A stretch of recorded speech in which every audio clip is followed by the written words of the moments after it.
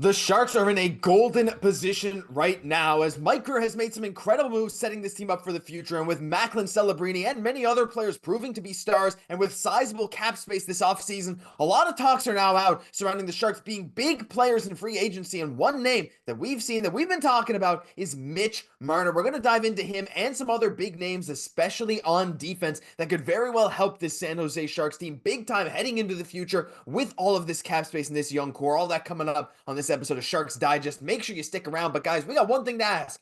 80% of you watching this video are not subscribed. We're trying to hit 1,000 subscribers before the Four Nations break, and that's coming up in just a couple weeks. I know it's a big goal, but if you guys are enjoying this daily content, just double check that you're subscribed down below. It's completely free. We're going to keep you up to date on everything San Jose Sharks. Mark, let's get right into this video. Right now, we're going to look at an old quote from before the season, and I think it really highlights something the Sharks have done well this year. They say, thanks to that foresight from Grier, San Jose is going to eventually be a big-time player on the free agent and trade front, just as Celebrini and Smith mature into NHL stars. The Sharks are going to be able to augment the lineup around them with veterans who want to play in Cali and a low media presence market. Before you know it, the Sharks will be a destination spot just like they were on that Marleau Thornton era, and Grier's hard work will pay off in spades.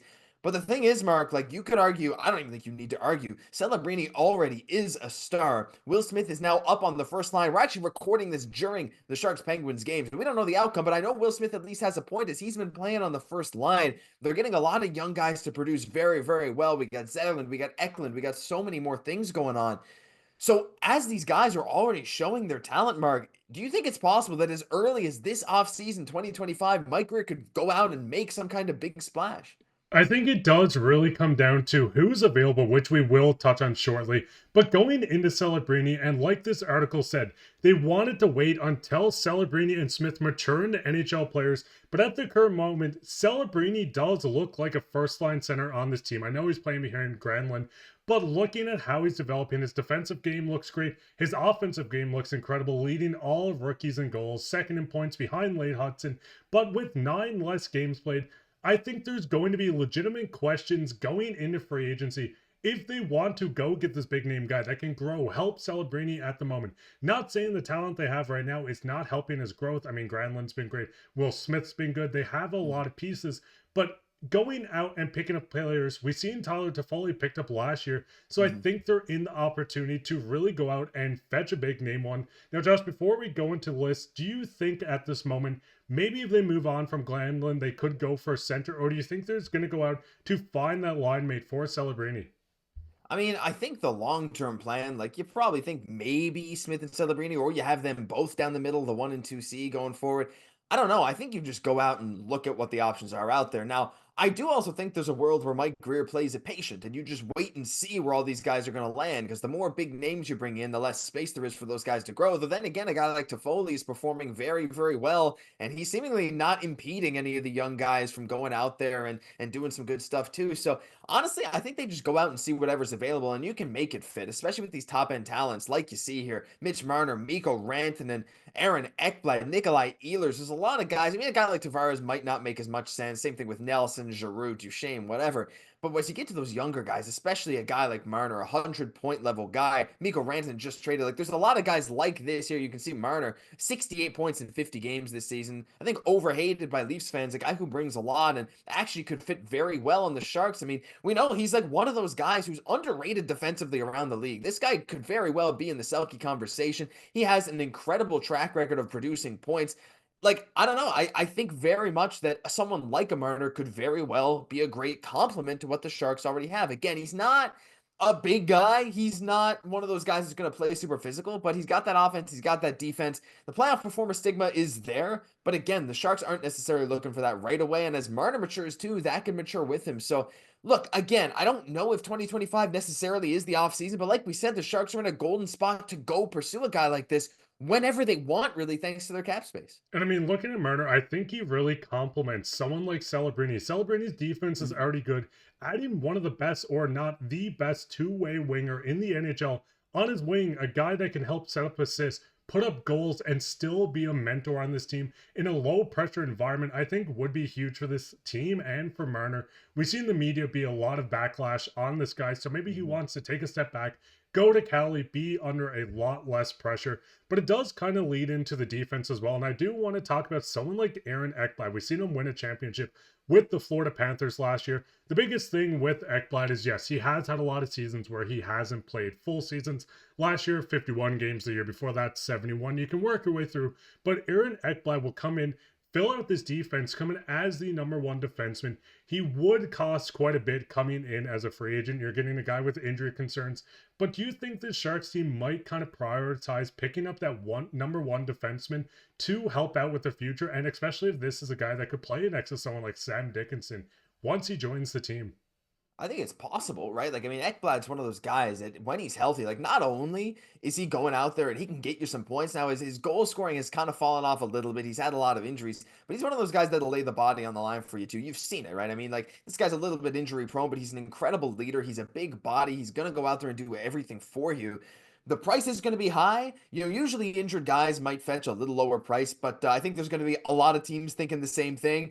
You don't often come across a guy like him who's a UFA, especially a right-hand shot defenseman. So someone like an Aaron Ekblad, I think, is going to be in high demand, but it would fit very well for the Sharks. Now, would you be able to convince him to come to the West Coast? I don't know, because he just won a cup. You got guys like Chychrun as well that you maybe could try and pry away from other teams. That whole Chychrun situation, I don't even know what happened there. Ottawa, what are you doing? Anyway, he's having a good year now, though. He's got 32 points in 44 games, playing over 20 minutes a night. Not as good defensively, but the thing is, Chychrun is there to produce for you. He's going to be there every single night. And what better mentor for a guy like Sam Dickinson than a guy like Jakob Chychrun? I think it actually fits quite well. So again, there's just a lot of options out there for the San Jose Sharks. And Mark, like, I don't know. Like, I think getting at least one of these guys sets a good precedent. And I mean, for example, let's say a team like Montreal right now has gone out and like just getting that one veteran defenseman who solidifies their decor in Alex Carrier led them to being the best team in the league over the course of about a month from mid-December to mid-January, right? And you see that a lot of the time with other teams. The too young of a core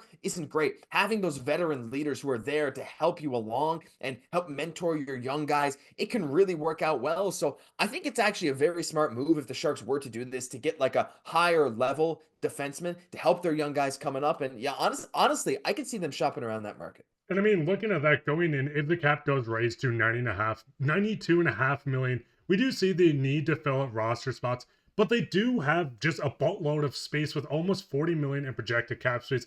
Looking at some contracts coming off the books, it seems like Granlund may be traded at a deadline. If not, bringing them back in a team-friendly deal would be awesome. You do have a couple of guys on this lineup that also needs to be re-signed. You can work your way down. A couple RFAs. But the biggest thing with this team is you're freeing up so much space on the back end with guys like Cody Ceci leaving, and Ruta. You need to replace these guys. You have two goaltenders that you need to replace. I don't think Vanacek or Georgiev is going to end up coming back to this team. You also do clear up room with the Brent Burns. So looking at this, I think with all the extra room they're going to have, I think it would kind of be silly for them not to at least explore it. I mean, as we've seen, they signed Tyler Toffoli to this semi-big deal to bring in the veteran goal scorer, someone with leadership. He's looked great on the Sharks team. He is injured at the moment, or was injured. But the biggest thing with this is you need veterans around it. And just kind of going back to it, Josh, would you kind of want to go out and say, hey, listen, we'll sign a couple of guys to this roster, or do you rather them go out and get that number one defenseman to let him grow with the team until his mid-30s?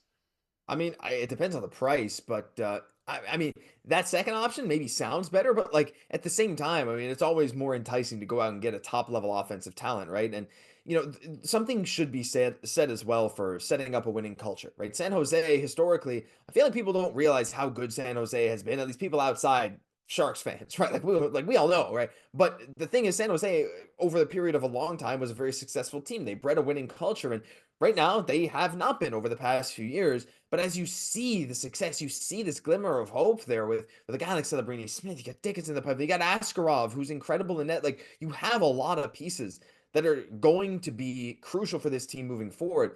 You know, it's also important not to rush the rebuild, not to go out and grab superstars to try and accelerate the timeline. But again, if you're locking up guys for long-term contracts that will align with some of your young guys, like Celebrini, it's not like, yeah, his peak might be when he's 25, 26, 27, but it's not like he's not going to be an elite player by the time he's 20, 21. You can argue he's one now, right? So Look, I think that there's a lot of options out there, especially with the cap space they have to go get seriously impactful players, start to establish that winning culture bit by bit. I'm not saying go blow it all and try to make all your trades and get rid of the future to try and compete now, but starting piece by piece, maybe with a big one this offseason, I think could very well be the plan. What do you think? Yeah, no, that's the biggest thing. I think they need to do something.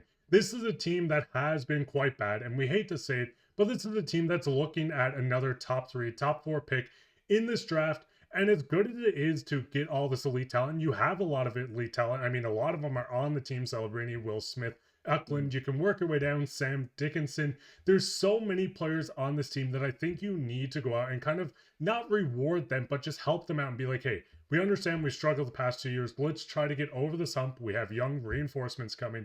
So let's do something to try to get into the mix. I mean, you see a lot of teams in the East, the Metro Division, everyone's in a dogfight to make the playoffs.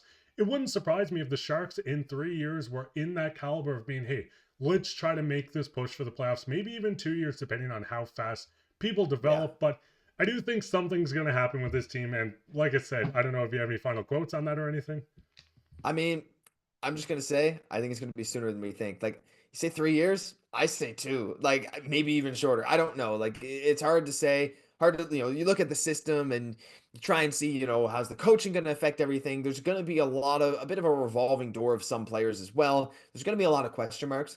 But what you can't deny is the talent. So I think they're going to be right in that playoff hunt within the next couple of years. Hey, if it takes three, it takes three. But I think there's so much to look forward to. But what do you guys think? Are the Sharks going to go out and make some kind of big splash this off season? Are they going to wait? Is Mike Grier going to be patient? Is it maybe a trade that's going to bring someone in? We'd love to hear all your thoughts down below, because that'll do it for this episode of Sharks Digest. If you enjoyed, leave a like, comment, subscribe to the channel. Like I said, we got that crazy goal. And if you made it this far into the video, 12 minutes in, and you want to help us hit that 1,000 goal just a couple weeks from now, we would really, really appreciate it. I'm Josh Gosse, my co-host, Mark Pye. We'll catch you in the next one.